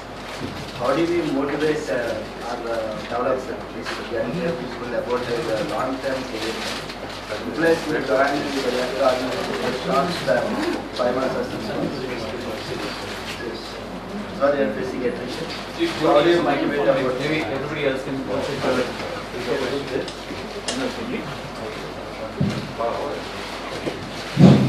Yeah, you can use that one. Hi. But Can I? yes, sure. So how do you motivate or develop these gendered people about their long-term career? So nowadays people join in the organization and left from the organization with short spots, maybe attrition also very high about these gendered people. Just give me some tips about this. So I think two challenges with that assertion, right? The first one is how do we motivate them about their long-term career? There is nothing called a long-term career, and so obviously all of us understand this. There is nothing called a long-term career. You are effectively reinventing yourself every 2 to 3 years. The fundamental challenge that I personally see, and this is my perspective, so please take this with a pinch of salt, is that this is a group of people who has seen more world in their formative years than we have. Just on the topic of collaboration, people in schools today do more collaborative project work in the first 12 years of education than we would have done in the first 12 years of work. So it's important to call that out, that what is the value of our worldview that we can potentially share with them in the context of careers wherein, like Srini was saying, their 30 years are going to be dramatically different from ours, number one. Number two, the reason for them to actually get into the job that they're doing right now does not mean that they, like us, are wedded to that job. They're doing it because it offers them something in that instance or in that period of time. And that's something we've got to respect. The idea of, and I keep using the IBM example, the idea of lifetime employment died in when I kind of joined. But we still kind of carry on with that. I think you were referring to this when you were doing the introductions, right? The fact that you have 8 companies in your resume over 10 years is looked down upon, right? Maybe not. Maybe not. So I would effectively, like Srini was saying, people will come to you if they find value in your counsel and advice. Let them find that value. I would not go and I would give them advice about the task that they're doing and about the objective of that task, but I wouldn't go and give them advice about long-term career. Because I myself don't know about my own long-term career. If I can.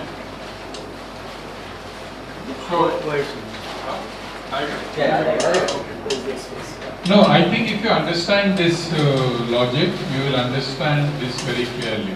So when we were building careers, for us careers were like marriages.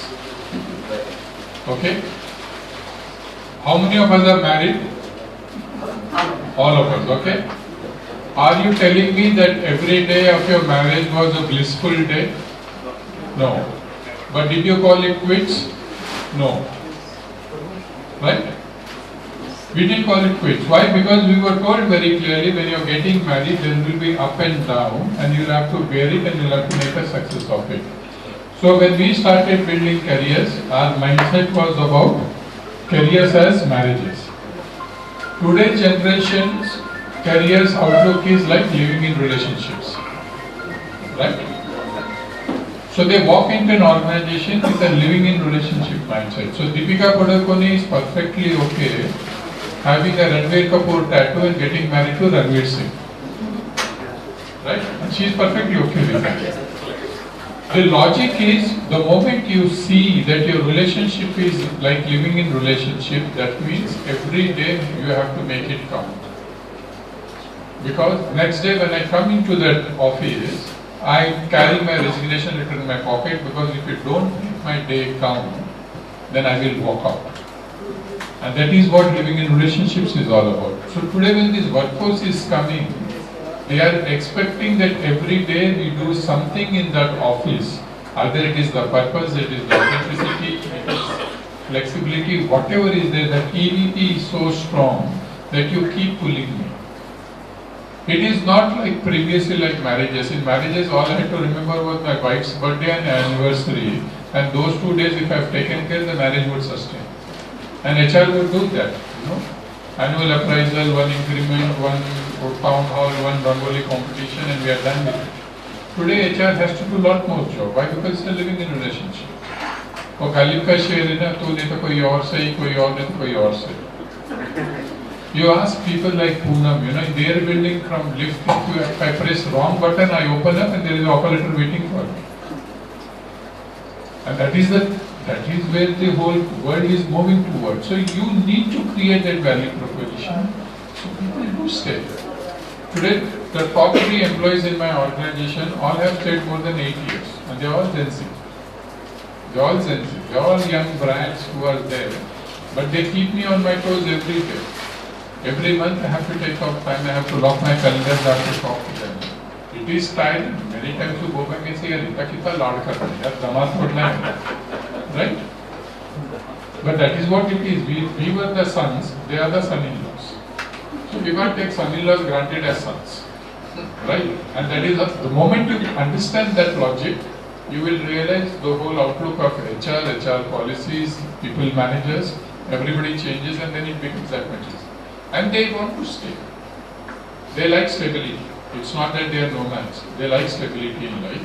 It's just that they are very restless. So we had a lot of patience. They are extremely bunch of restless guys. If I can add into this, attrition is a problem for us until we decide one day to lay off everyone, right? So it's from both the sides. So if you are expecting that, that loyalty from your partner, how much loyal you are, that's also another side of the story. So they are very clear. We didn't have opportunities. They know we have opportunities. You are reaching to that level where your plans are to lay off. Now you have decided to laying off few of them. Before that, they want to take a decision. So they know that opportunities are there. So everything, I think Srini was talking about that. The whole game is about demand and supply, about the opportunities in the market. So our parents were more into government jobs because that was the opportunity at that time. Then we had public sector, but we see people spending 50 years or so. I work for a bank which has just started GCC in India 2 years back, but it's a 350-year-old bank. So for me, 50 years in the same bank is very, very common story. Like every second person is telling me I have spent 50 years, I have spent 40 years. So they just started their career in that bank and they're still working there. But they're dealing with people in my organization here because we have just started 2 years back and we are working closely with them. For them it's very strange that every second person is too young. My population is 29%, Gen Z is working in my organization currently. Right? So how difficult it is for them to work with these guys. So it's all about the the opportunities, the kind of scenario around you is now. That's how you will react. So companies have to understand that they are very tech savvy. You have to respect that. They want reasoning for everything. You have to give reason for everything. You just can't say that, okay, this is the rule book and you have to follow. You have to tell them, and same thing you have to tell your kids as well. And I think I was just thinking about that point, and Srini already spoken about that. If you are dealing with them at home, how it is so difficult to deal with them at work, because you are changing your perspective. At home you want to treat them very differently, but when they are at workplace, you still want to go with your rule book. So you have to just make some tweaks in your rule book. That's it. Thank you. One last question maybe? Yeah, correct.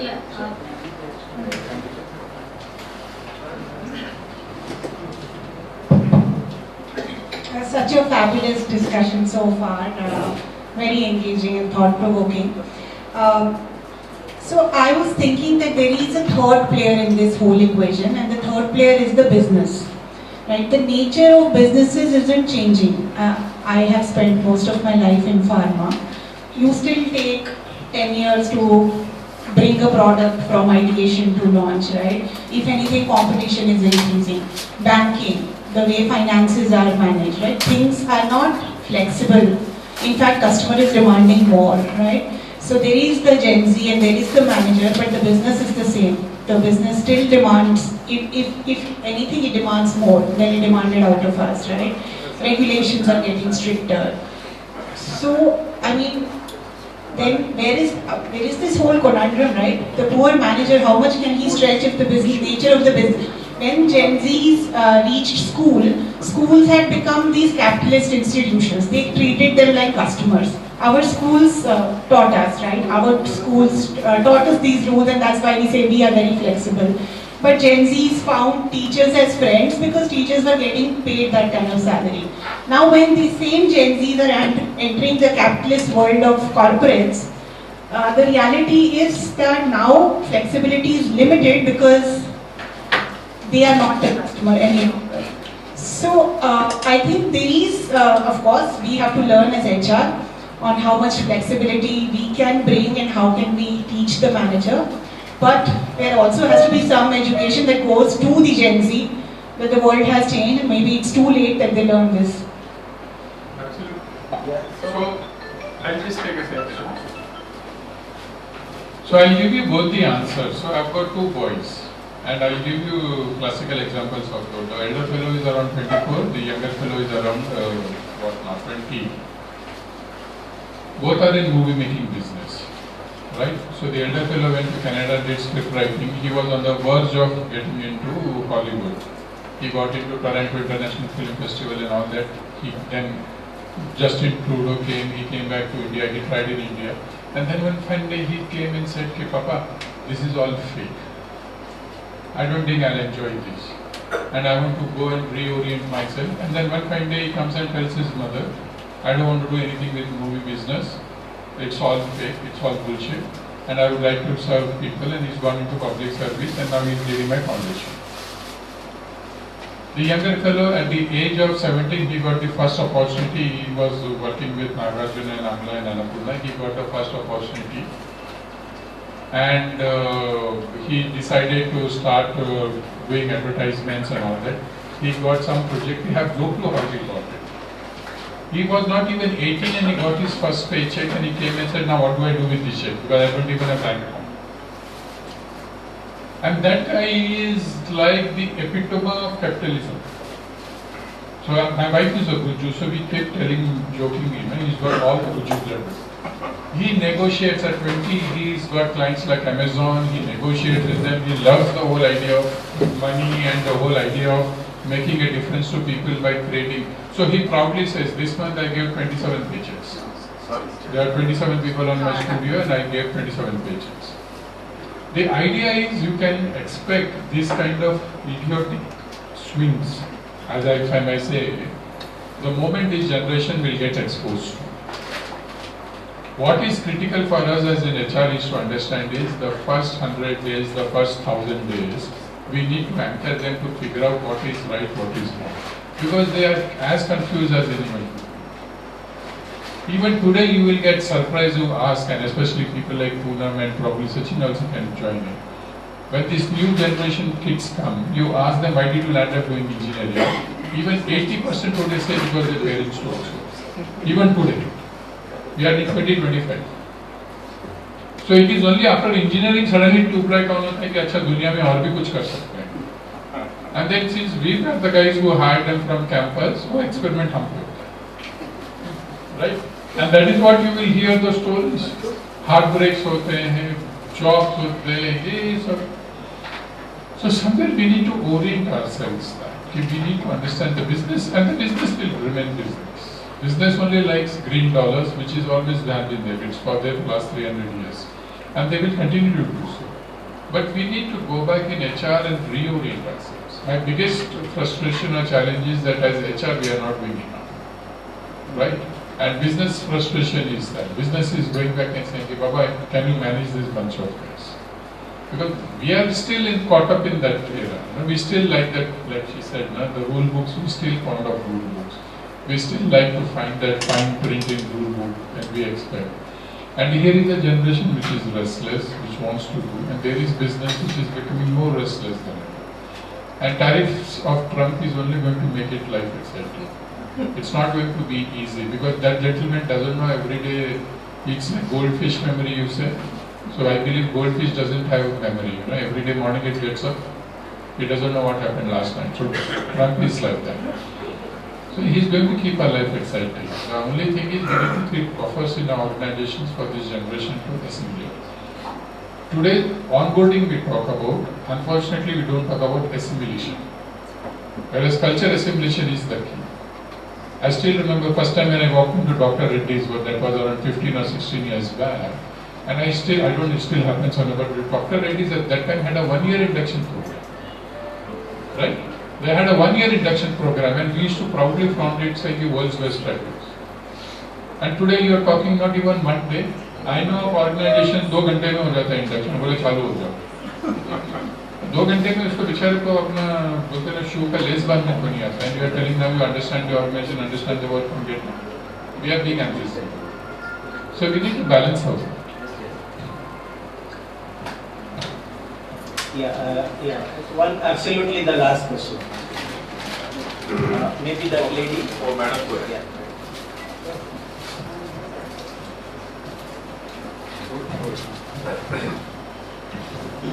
Yeah, good evening, sir. In present Gen Z, people are highly value for work-life balance. And at the same time, we are facing problem in the society and at the same in the workplaces like. So they are asking for mental wellness and as well. So what proactive steps can be taken by HR to create a supportive environment in the workplace?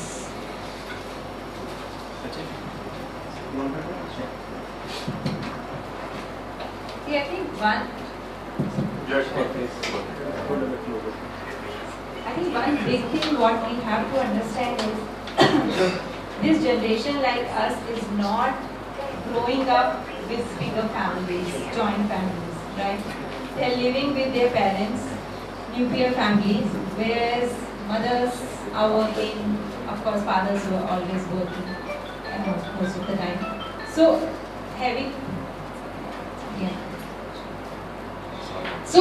having said that, what they are receiving at their growing age, they are not receiving those personal moments with everyone, right? They are not getting advices from dadis and nanis and so on, and they are craving for that. As he was giving one example that he wanted to spend 2 hours of his time, he blocked 2 hours to just get advice on some personal things. So we have to be, I think, when we are discussing all of this, how to manage them and all, are we more talking from our egos? Are we not ready to understand what exactly they are looking for, right? Of course, they need to learn quite a few things, and in the process, they will learn and we'll help them to learn that. But what is that they are craving for? They are craving for somebody who can listen to them, who can give them right advices, who can help them giving reasonings as well, right? So somebody is asking them, do this, do that, do that. And more than someone, internet is giving them lots of ideas, day and night, right? Because again, they are not getting people to talk, they are getting, do you know, the most use of GPT is for what? People are using chat GPT or AI. What is the most use of? For counseling, right? Why? Because they are not finding people to talk to. So if we understand that, if we become more empathetic, I think every generation, as I said, every generation we had that problem, every generation had that generation gap. It was just that we had people to talk and not machines. Now these guys are going and talking to machines. So how close we can be, how we can be, more available for them, more approachable for them, so that they find out solution of their problems and everything else will be sorted out, because for sure they are intelligent people and more intelligent than us. Just one liner, please. Yeah. How HRs are integrating AI to solve this problem of Gen Z? Because obviously they are. Otherwise, can we take that offline? Yeah. Thank you. The panel will be around. We'll take it out. Good point. Just to add to Punam's response, I think the question is what can HR do, right? Yes. I think the most important thing that HR should do today is to actually be more adept at listening. And by listening, I don't mean listening to people. I'm saying you've got enough. This is not just a generation that's comfortable talking to you. Maybe they will not talk to you, but they will definitely talk to Glassdoor. They will definitely talk to Payscale. They will definitely talk to Quora. Right? They will definitely talk to. There is a Reddit page for your company that you are not aware of. There are Twitter handles that are making fun of your company culture. At least find out. And this is to see. This is one of the interesting things, right? That everything gets written, whether it is a Twitter post, whether it is. I know I used to be a part of a consulting firm, and that consulting firm actually has memes on its own culture. Right? So if I was to go and say, do one thing better, do social listening better. That's it. That will potentially give you a lot of other things to do, and you can derive it from that. Great. I mean, this conversation can go on, and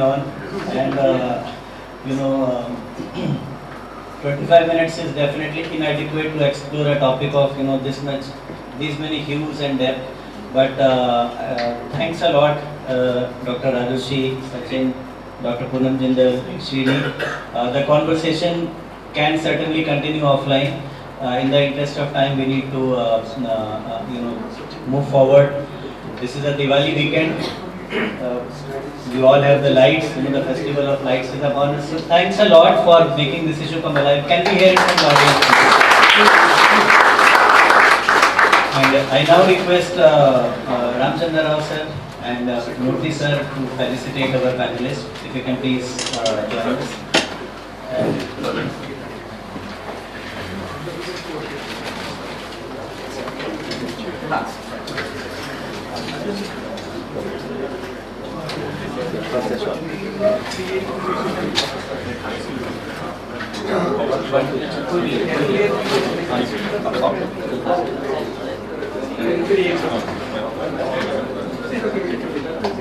I request Ramchandra Rao sir to present a shawl to our panelists.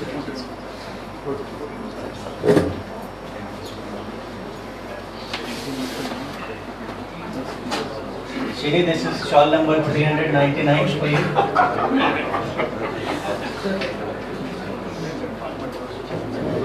Thanks a lot, Shiri, for taking the time to come here.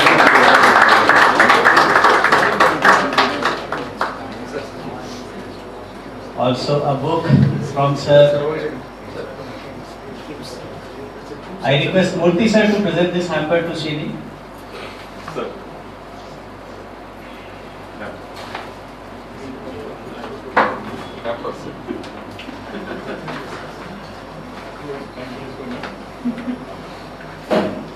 And I request Rajarshi to present a copy of the book to Shini. We open this. And sign it, please. Sign it, yeah. Okay. We have a scissor here.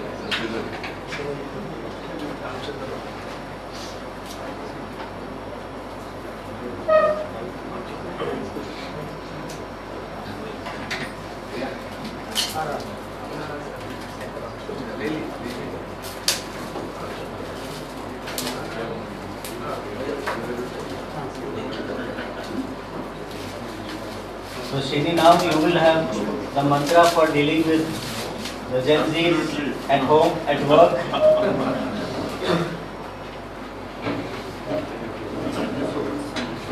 Guys, let's hear it for Shini. Thank you. Thank you, Shini. I now request Ramchandra Rao sir to present a shawl to Dr. Poonam Jindal.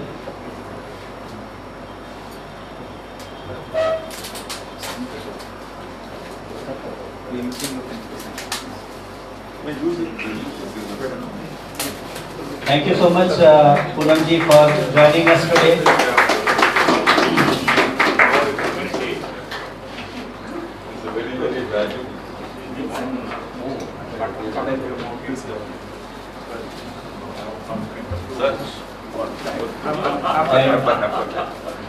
Murthy sir, can you please present a hamper to Poonam ji?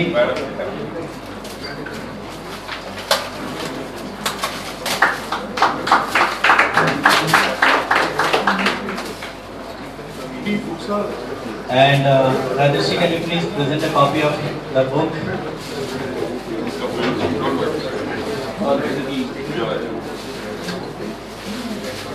Poonam, looking forward to your book. Thank you. And I request Ramchandra Rao sir to present a shawl to Sachin. Sachin, that was very enlightening, always. Never met, but they may enjoy it.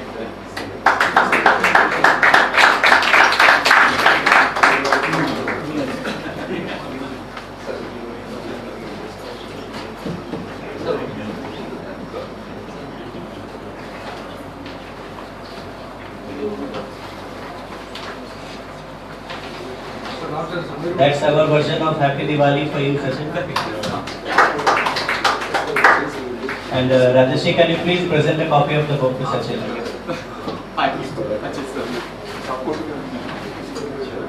I request Vinod to come up on the stage, please. Vinod is my colleague in the board at Orgro. Vinod is also an avid marathoner, and he has been a CXO of many organizations, primarily in the sales and marketing functions. I request Vinod to present this. So, Ramchandra Rao sir. No. Sir, please.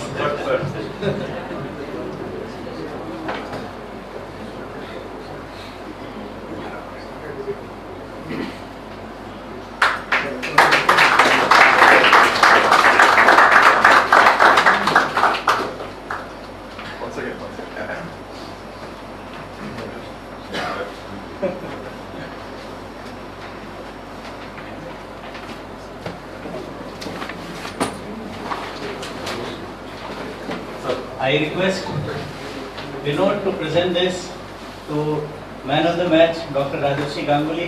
We hope your second book comes out soon, Rajarshi. Wish you all the best. This is the topic of abiding interest to all of us.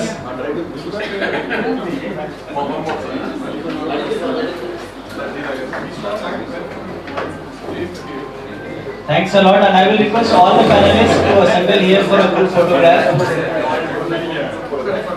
All the panelists and Ramchandra Rao ji, Murthy Saab, Vinod, for a group photograph here. Can I close it? Yes.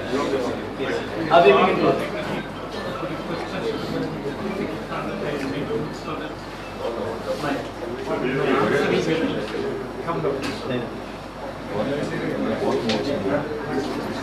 आपके yes.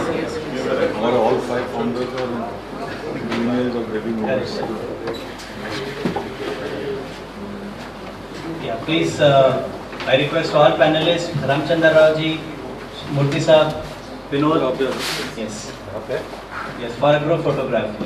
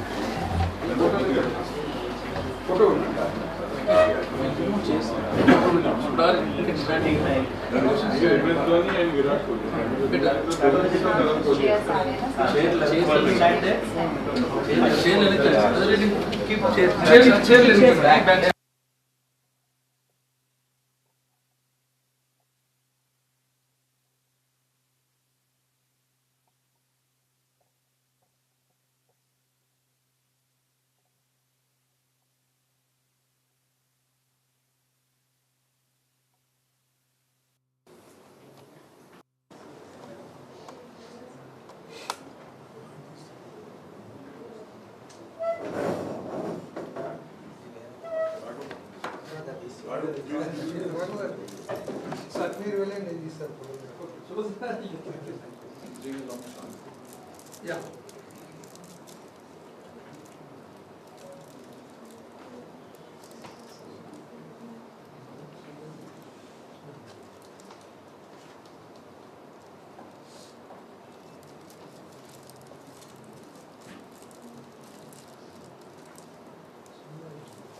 Thank you.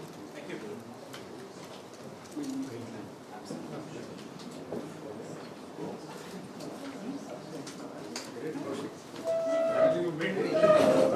Before we end, just just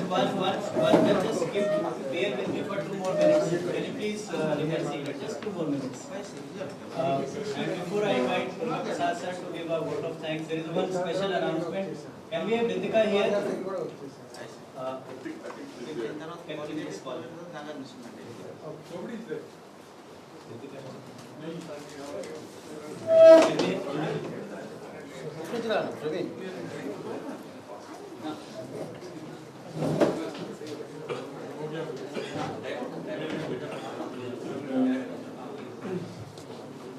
So, Ritika has disappeared.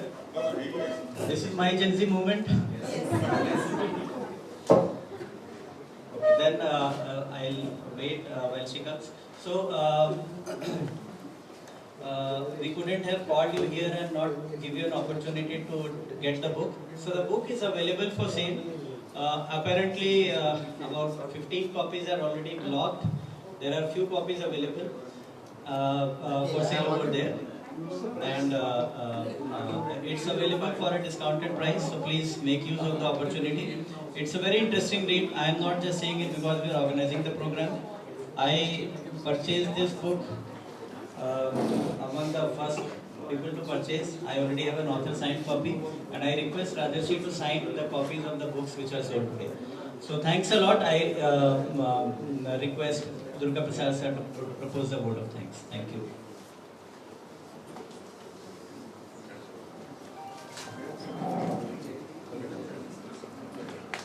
Hello. This is a wonderful session where we are able to understand how to understand and then deal with the Gen Z. Because understanding and giving them adequate space to them as well as to enable them to work rather than trying to tweak the rule book like Madam has referred to. So thank everyone for making it today and wish everyone a happy and prosperous Diwali and today's Dhanteras as well. Thank you one and all.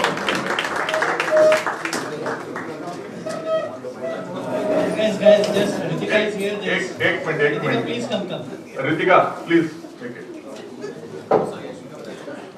So I request Rajarshi to join me here. So Ritika is my Gen Z team member and she has just completed 1 year with us. I request Rajarshi to present this to her.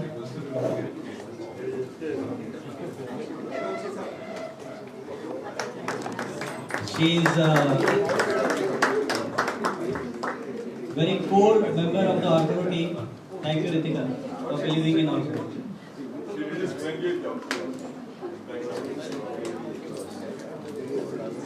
Yeah. So the book remains available for sale at the back. Rishit is there to help you out. Thanks a lot, Rajashi.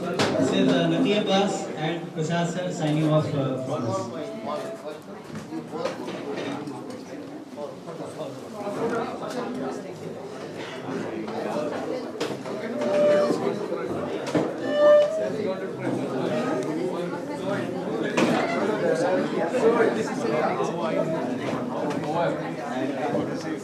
Do you have any more copies?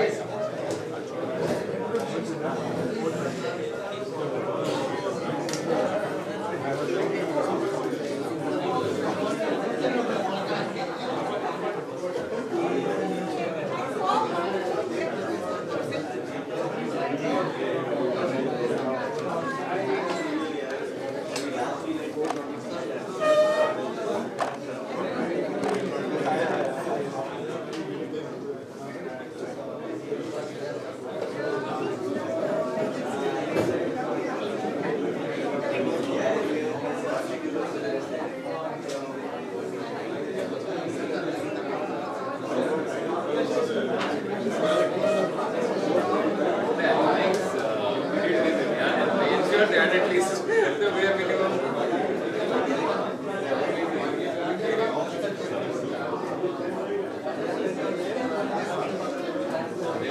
There was Gen Z's only. The ones who take as